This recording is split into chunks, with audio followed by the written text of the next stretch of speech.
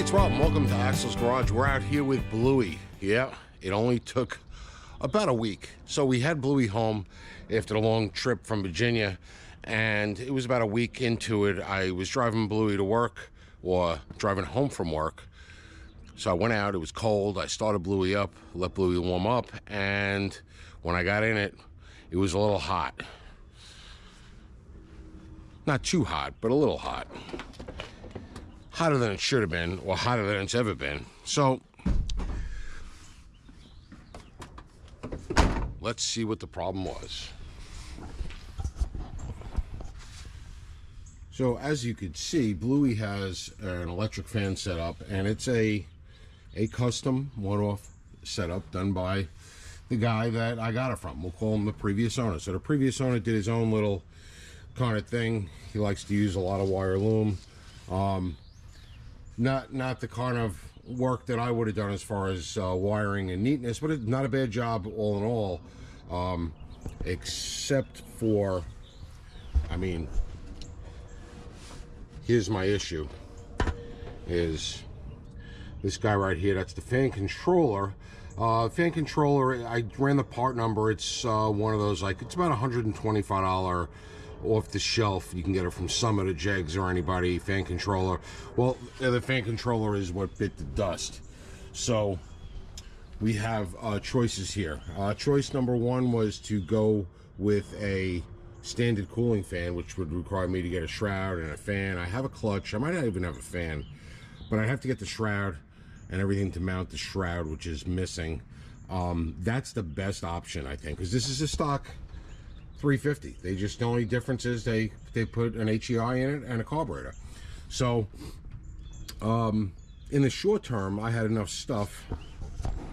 Yeah, I got plenty of stuff in my garage. So I had enough stuff where I can run the cooling fans off of 2 relays, power from the battery to the relays, power from the relays to the fan motors, and make it nice and neat. The only thing is I lose the thermostatic control, which, hey, you know what? Who cares? So I could run it off ignition power, so when the ignition's on, the fans are on. And I think that's what I'm going to do for the short term, and we'll see how it is. Because what am I going to do? Go buy another $125, you know, Chinese, whatever brand it is, you know, wiring thing, whatever you might call kit for the fans, and then it's just going to die anyway. Because they all kind of stink unless you spend a lot of money on one. So what did I do? I went in my garage and I took 2 30-amp relays and mounted them together. These are the relays that actually the connectors slide in together so that you could attach them together, and it makes a nice little neat package. And I wired up a nice harness, so I have a nice heavy ground coming off. I got my power in leg in the back here, and then I got 2 weather-tight connectors for the fan motors, and this way I could take this and I could mount it right down over here, and using the weather-tight connectors I could run the power over from the fans right down over here, and they plug in. This way, if I have to remove the whole cooling package, all I have to do is unplug the fans and it could all come out in one piece without having to cut wires or rewire something. I could just, you know, plug them in and unplug them and plug them back in again. And all that crap was in my garage, so it didn't cost me anything. Well, it cost me, but it's money that's already been spent a long time ago, and these are leftover parts from previous projects. So that was the way to go, and that's what we're going to do now. We're going to get this cooling fan wiring done, and done right, and hopefully they'll work right. Well, these cooling fans here, although they worked really good, you know, the thermostat was sticking through the radiator there. I did jump this out, and it still doesn't turn the fans on, so the fan motors do turn on when you apply power directly to them. He's also got the trigger coming off of the main harness here, and the trigger is on battery, all battery hot, so it's hot all the time. So the fans ran after you turn the car off until the thermostat shut down. I don't know, it's really not supposed to run that way. I don't know if that had anything to do with why the fan controller burnt out prematurely, but we're not going to do it that way. We're going to do it off ignition power, so we're going to get rid of that power as well. So first things first, I'm going to set the camera up on a tripod. I'm going to disconnect the battery so I don't do damage. I used to never disconnect the battery. I guess in my old age, I know that I hit things. So let me disconnect the battery so I don't hit things. Be right with you.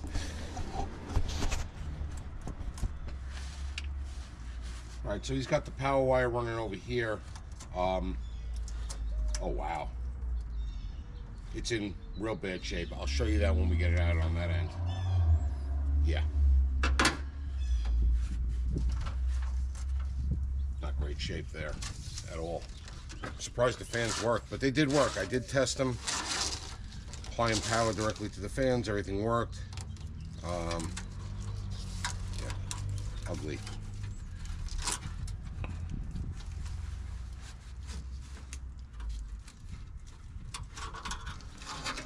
All right, so here's what a power wire looked like. Yeah, not great. So this is one of the reasons why you fuse it closest to the battery. He has it fused. It's fused down here. It was getting good power to it. I can't believe that it was getting the power that it was getting. This is just got real hot. The wire is probably undersized. It's spliced who knows how good, several ways. But we'll get all this wiring out and cleaned up, and then we could start fresh. All right, so this is what we got so far. We have a battery positive right here going to a fuse close to the battery. That's going to be a 35 amp fuse in there, and it is attached to a number 10 wire. So the number 10 wire is going to follow along the radiator support. I got it looped around there, and here's my number 10 wire. It's coming up into the spade terminal. So I have a male spade on this end, I have a female insulated spade on this end, and it's covered up. I just covered it with electrical tape and left a flag so that I remember that, hey, just peel the electrical tape off and you could separate them. The reason why I put the tape on it is just to help with any water intrusion. All of my splices are done with the crimp and seal connectors. I'll show you what I used. So I used the crimp and seal heat shrink butt connectors of whatever the appropriate size is. I used yellows and I used blues, but these are what they look like. All right, so when you crimp them down, you got to crimp it in one shot, so you can't double crimp it, like crimp the one wire on, then crimp the other wire on. They crimp in one shot, and I mean, you could do it separately, but you're going to use the generic crimping tool in your normal wire things if you want to do one at a time. But they don't recommend that, and they don't recommend that because you a lot of times what you do is you cut this insulation that's on it. So the way I do it is I use the pliers that come are made to go with these. It's the same brand. You can see it on there, the brand T-Con or whatever it is. Put it on the Amazons. If I can, I'll link it in the description below. So you put these on, get both of your wires in, you use those crimpers. It doesn't damage the heat shrink plastic outer layer, and then you could heat shrink it, and that's supposed to be good. I don't trust it. What I do is I turn around then and I go with my insulated heat shrink. And what I mean by insulated is it's a waterproof heat shrink, right? Waterproof heat shrink. So it's a heat shrink that's got some kind of adhesive in it, and you see it ooze out on the ends once you heat it up. So I double it, because water is, I mean, once you get a good solid connection, the only thing that's going to mess up your connection is water intrusion, and especially salty water intrusion. And if you live anywhere like in New York where they brine the crap out of the roads, you know, rust and shit like that is a major concern. And in engine compartment electrical stuff, I like to cover it all with heat shrink and then put it in the cloth loom tape, which I've been using. Where's my cloth loom tape? I used some of it, and now I lost what I did with it. Here it is. So cloth loom tape, it's just a adhesive. It's a mild adhesive. It's not really sticky, just enough so that it stays on the wire, and when you undo it, you don't have a sticky gooey mess. That's the cloth loom with the adhesive on it. I'll link this. This is Red Wolf is the brand. It's on the Amazons as well. All right, so I do that, and then I'll cover it with the plastic loom as well to protect it. So I got this going up in here. So now my whole thing is ready to go in. All right, that's all connected, and now I can find a mounting spot. I can mount it on the inside of the fender there, and then I could work my last couple connections, and I'll show you that in a second. All right, so green is ground. I got my piece of heat. These are the last connections I'm making. This is the other end of the weather tight connector that's going to go to the little harness relay thing I made up. So I put a piece of heat shrink over it. Sometimes you forget them. All right, green I'm using for ground, which is going to black on this end, which I'm using for ground.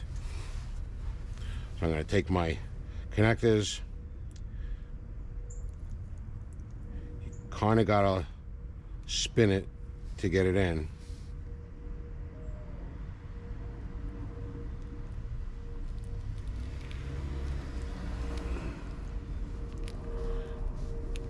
Work it in so it's all the way.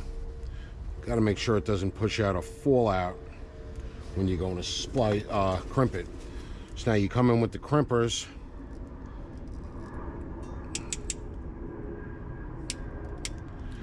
and they will ratchet all the way down, and they won't release until you go all the way. So once you go all the way, they'll release again, and then just give it a tug.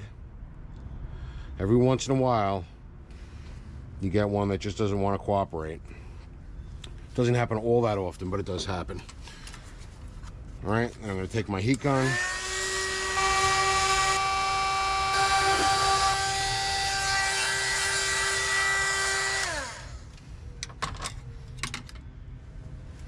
All right, so you can see how it crimped down, and oh, I got a little spot over here. It didn't. I don't know if it's coming up on camera, but you could see the waterproof stuff inside. And then I slide the heat shrink over it, so I got a little bit over each end. Same thing. And you could see, I don't know again how it's coming up on camera, but there's a little bit of oozing coming out from the end of the heat shrink words. That's that waterproof stuff, glue, adhesive, whatever it might be. All right, so now I just got to do one more, and I got all my connections nice. All right, so after I got them both done, I'm just going to take it, use my cloth tape, and just make it look nice and drop the tape. I'm going to make it look nice and protect the wires as well. The main thing is keeping the water out. That's my biggest concern. So wrapping it up nice hides the wires. Using the heat shrink and the watertight crimp and seal connectors. Keep the water out, and then I'll cover it in a plastic loom. Hopefully we'll keep the elements out and make it look nice.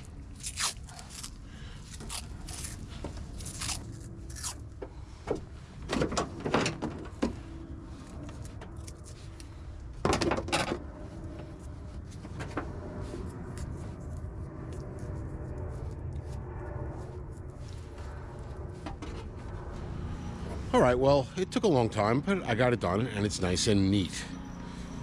I'll show you what we got here. So, from the battery, we got our heavy battery positive, 35 amp fuse. Got it going up into loom. I got it tied off right there on the radiator support, running in the loom. couple of zip ties to keep it nice. Then I got it going down. It grabs the 2 other looms that come from the motors on each fan.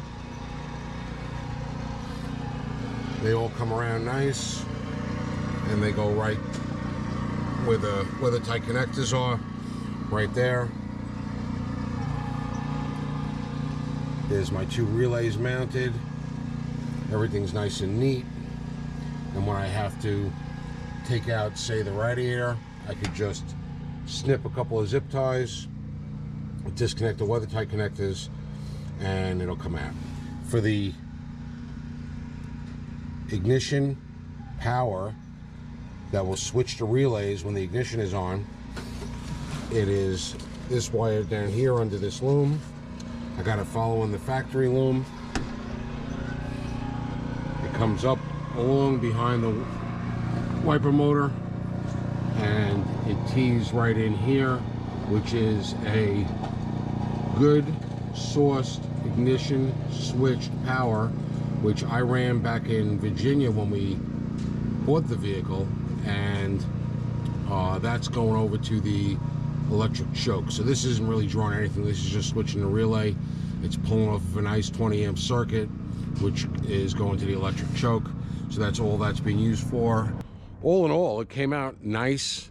Took a little while making all those connections and butt splices and heat shrink and more heat shrink and loom and harness tape, but it all worked out good. Now at least I could start driving Bluey again. Hope you enjoyed the video. I'll link as much of the crap that I used down in the description below. And as always, thanks for watching.